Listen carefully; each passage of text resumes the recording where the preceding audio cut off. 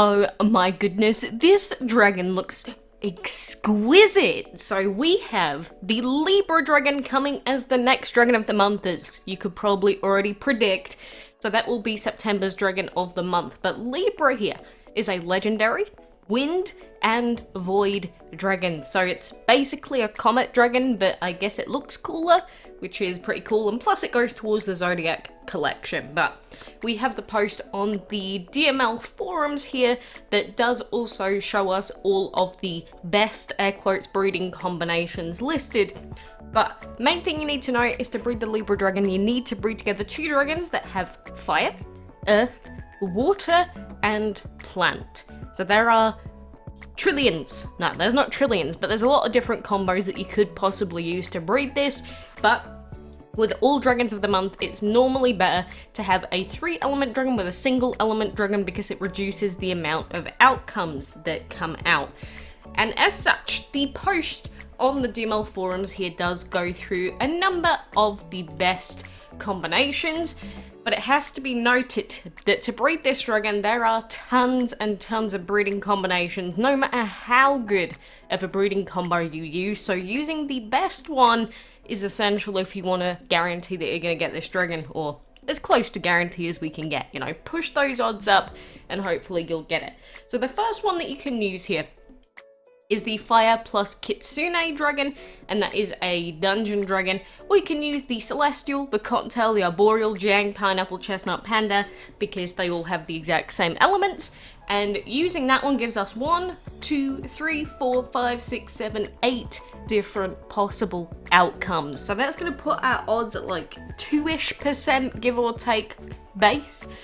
Obviously, if you level up your dragons, that's going to increase your odds slightly. We don't know the exact amount that it increases it by, but if you're going to go for breeding legendaries, try and level them up to minimum level 15, because that has worked wonders for people since they started doing it. And that is one of the best combinations you can use with the lowest amount of possible outcomes. So if you have any of those dragons ready, get them prepped. But we do have a number of other combos here. I will of course upload the breeding guide when the dragon is actually released. No point bringing out a breeding guide before the dragon's officially out. But then we have the Earth plus a Gave combo, which is probably going to be a really easy combo for people to get, even if you're a really low level person. So this might be the other go-to combination for people that don't have any of the other dragons. But along with the Gave, you can use the Cherry Blossom, Liquid Fire, Red Flower, Seahorse, Woolly, or the Cinnamon, and they have the same elements. And this one has 1, 2, 3, 4, 5, 6, 7, 8, 9, 10 different possible outcomes if you've got dragon collector points. Ugh, good. That is going to be a pain. 10 possible outcomes for a dragon in the month is going to be horrific. But do remember that we now have double breeding den, or the second breeding den. We've got double egg relics that we can use. We've got breeding time skips. So I don't know, maybe they're intentionally making the breedings more difficult, or maybe that's just the way that it worked out for now. And then another really easy one, Water plus Orange, because the orange is a super easy dragon to get a hold of as well. Or the Werewolf, Pumpkin, Maple Leaf, Armadillo, Champion. And then again there's 1, 2, 3, 4, 5, 6, 7, 8 for this one. So a couple of them seem to be between 8 and 10 possible outcomes. And then what else? So we've got Plant and Elemental, Cookie Quake, Boiling, and Tree, basically. Just look for the commons out of these listings, because if you don't have any of the epics or rares that you might want to use, then if you're going to go with the common dragons, always go for the common variants, because, you know, they're really easy to breed. So then we've got Boiling plus Tree, Lava plus Melon, and then there's Sunflower or Ceremony plus Snow. So those are the combos that are listed on here. At the moment, the DML Planner has not updated its website with the possible breeding results, because I normally like to take a look at the forums, the DML Wiki, and the DML Planner together and see what all of them are saying and, you know, sort of collate it. But this is what we have so far from Idlewine, so it's not that I don't believe Idlewine, it's just, you know, always try and have as many different sources as you possibly can for recommendations, percentages, and plus the DML Planner shows you the average breeding time as well, which I really am a fan of. So that is the gist with the new legendary, so let me know if you are looking to breed it, I mean, you should be if you're going for the Zodiac collection, but it's a really cool looking dragon. So any of you Libras out there, I hope that you appreciate this dragon right here, but it is going to be a difficult dragon of the month to breed. I hope they don't make the last Zodiac dragon like insanely hard to breed, because that would probably annoy a lot of people. But that is basically everything that you should need to know. And you know, talking about the Zodiac collection, I don't know how accurate it is, but it keeps saying that for all of the constellations of spring, constellations of summer, that fewer than 0.1% of players have completed each of those collections. Is that actually true? Because even though it is difficult breeding so many legendaries, one after the other, is it really less than 0.1% of the player base? Because that can't be that many people. I don't know how much I believe this stat right here. But it is to be reminded that when we do get the new sets of dragons, the constellations of autumn, we will be getting the Twilight Dragon as the reward for that, which is a pretty cool dragon as well. But after that, we've still got another one. We've still got like so long to go for all of these Zodiac collections just to get this divine Zodiac dragon. And you know, people have voiced the fact that they really don't like the elements on this thing. It's understandable. I get where you're coming from. I'm just sort of disappointed that he's just a regular divine, because I mean, think about it. Right now we've got the divine event, and we're gonna get 2 divines out of that. So you're saying that an entire year's worth of effort is basically the exact same as doing a castle event for a week? I don't know if that works out as equal, if you know what I'm saying. It's just, it feels like there's a disparity between how difficult one is to get compared to the other. But, you know, some limited time dragons are just like that. Sometimes it's like, hey, this one is just arbitrarily going to be very, very difficult to get, because we've decided that. Which I guess is fine. At the end of the day, it is a free dragon. Because before, with Dragons of the Month, it literally just used to be breed the Dragon of the Month because it's new. At least now we sort of have a reason for it, which might, you know, make people want to actually go for it. But at the same time then, when you're going for the Dragons of the Month, if you're a player that has other stuff to breed, it takes up so much of your time every month trying to go for it. So I can imagine there's like players that are about like level 30 or level 50 that rather than breeding all the stuff that they need to, they spend like the entire month just trying to breed the Dragon of the Month, which, you know, it's their choice to do that.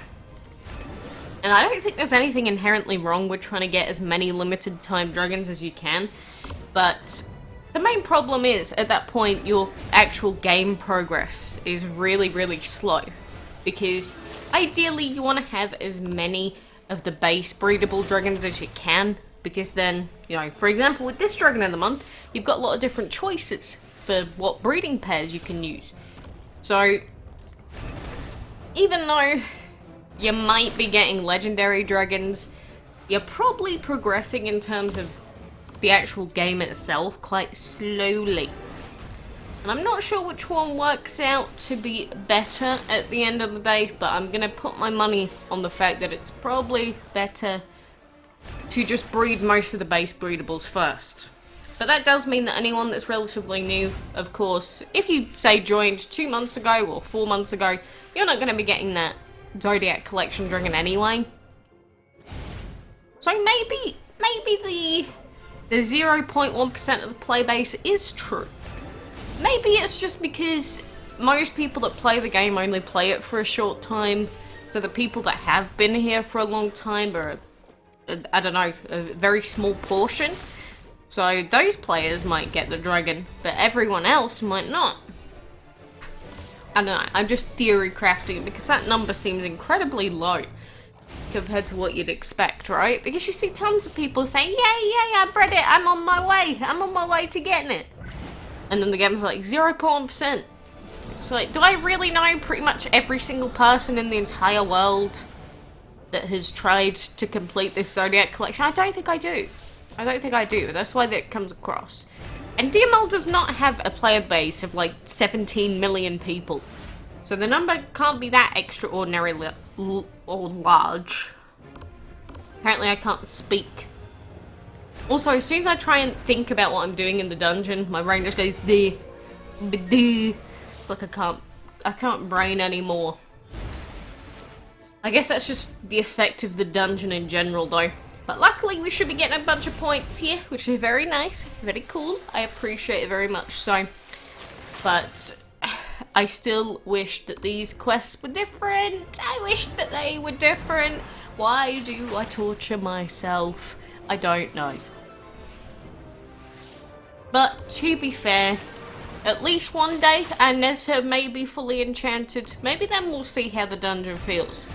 But it will be a very long time from now, because the last time I did an enchantment battle was probably a little while ago.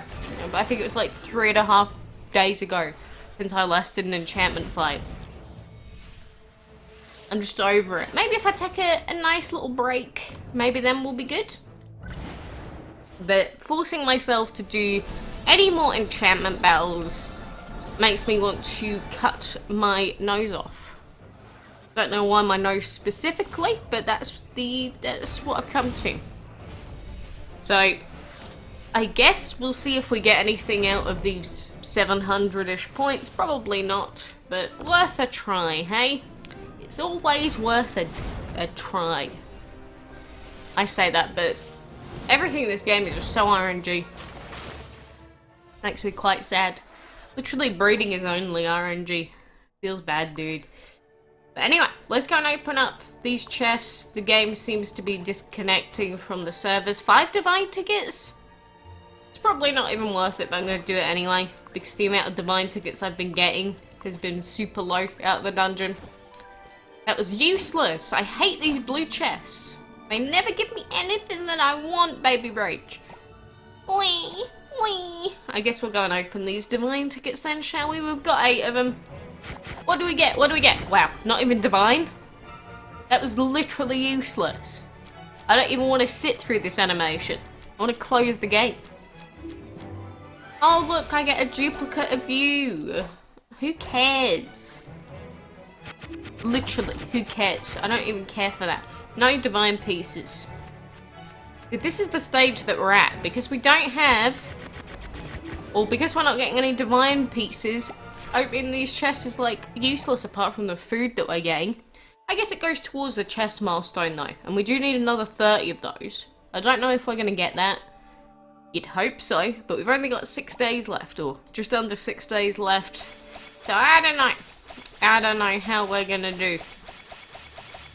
But let's pop more. If I pop in 6-hour food, I'd have to stay up really late, so I said I'm going to pop in 2-hour food and just deal with it. That's fine. But in Afterlife Adventure, we should be moving on to level 7 pretty soon. Not quite yet, because the game's forcing us to open up every single chest now. But for level 7, it is a very long level. It is a very long level. I've been told that apparently it's about 4.5 days long. I really sincerely hope that that's not the case. But 4.5 days for level 7 sounds like torture. Literal torture. I guess we'll see when we get there. But anyway, for now, that is everything that I wanted to go through. I did plan on doing something for Brain and Blitz, but I'll leave that for next time. But for now, get pumped for that new Dragon of the Month. Get your dragons and breeding stuff ready. And I hope you get the Virgo in the meantime if you don't have it already. But for now, thank you for joining me. And until next time, I shall see you then.